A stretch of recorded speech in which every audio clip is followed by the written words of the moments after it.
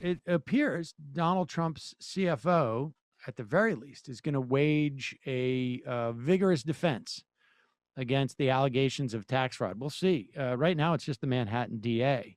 We'll see if it ends up being the Department of Justice too, because a lot of the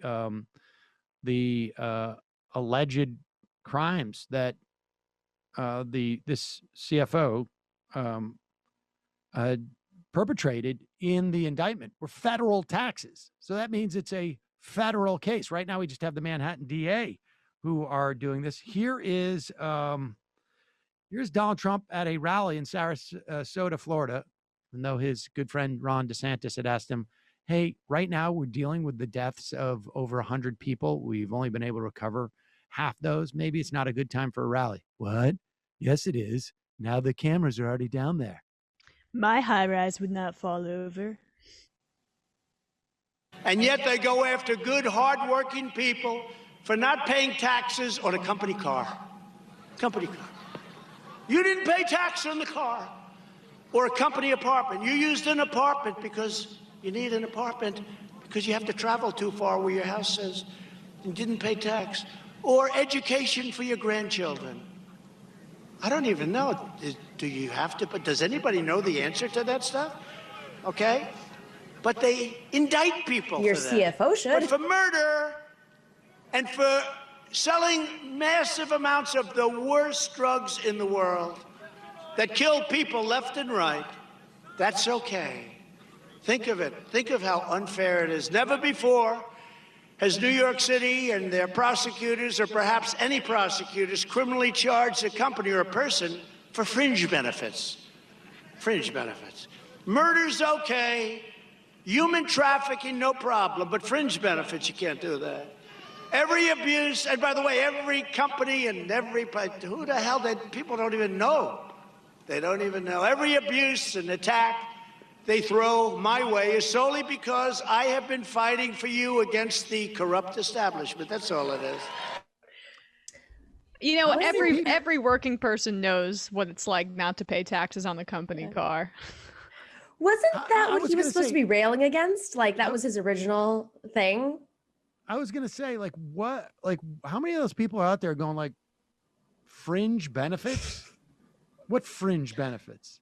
The quote is, they go after good, hardworking people for not paying taxes on a company car. Yeah.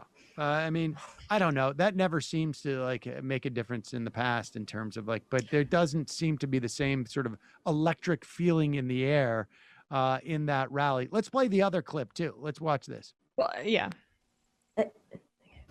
I know more about tax abatements. I know more about taxes than any human being that God ever created.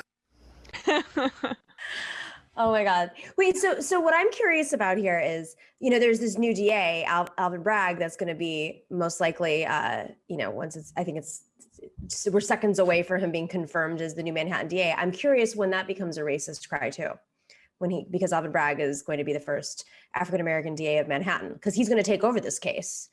Well, from won't Vance. he have to run in November, or is that? Oh yeah, you're right. Yeah, but I mean, it's so Manhattan. he won't take over for a while. And, yeah, you're right. And it's going to be in there, but at one point, yes, I would imagine.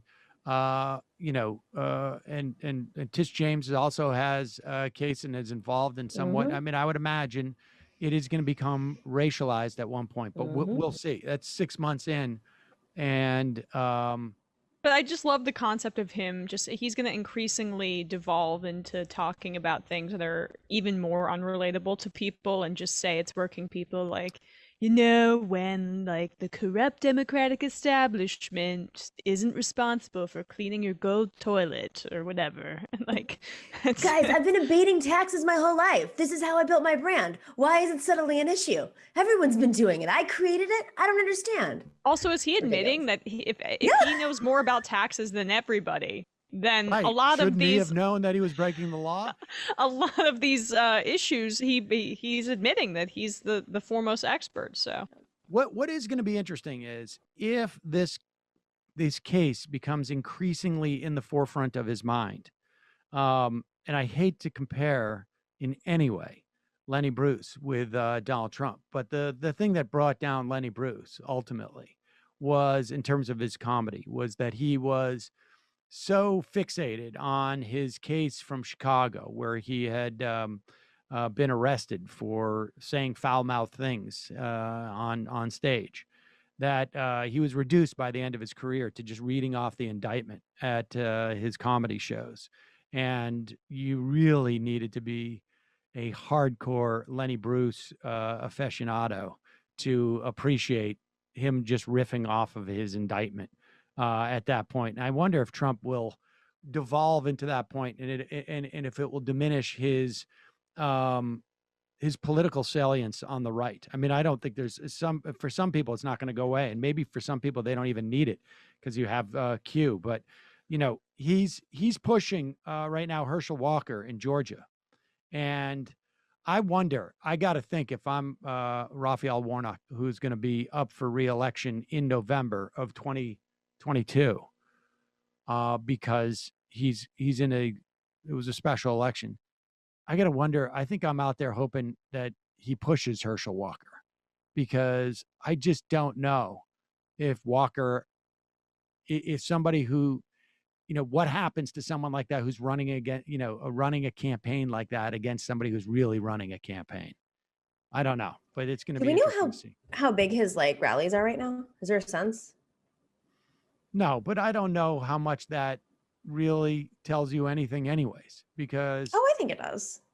There's some sort of excitement. No, I don't necessarily think it does, because you can have big rallies, relatively speaking, for a politician, but that's because the depth of connection is really high. Like, I just remember learning this lesson up in New Hampshire in 2008, I think it was. And everywhere you went, every single place you went in New Hampshire, there were Ron Paul signs everywhere. Nobody was holding any Mitt Romney signs. It was 2008, or McCain signs, I think it was. Nobody was holding any McCain signs. Nothing. And then you realize that every Ron Paul voter, the relationship between voting for Ron Paul and holding a sign for Ron Paul was 1-to-1. And so every person who voted for Ron Paul also went out and held a sign, because their depth of commitment to him was so high. But he still came in, I don't know, 4th or something.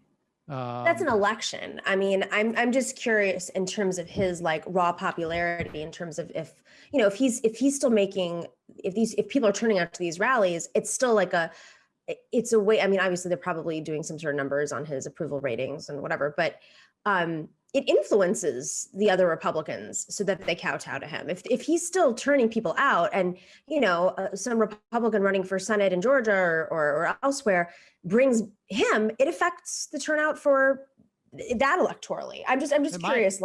Yeah, it might. I don't know. It's possible. Folks, there's more of what you've just saw where that came from. That's if you hit the subscribe and like button. Thank you. Really, thank you.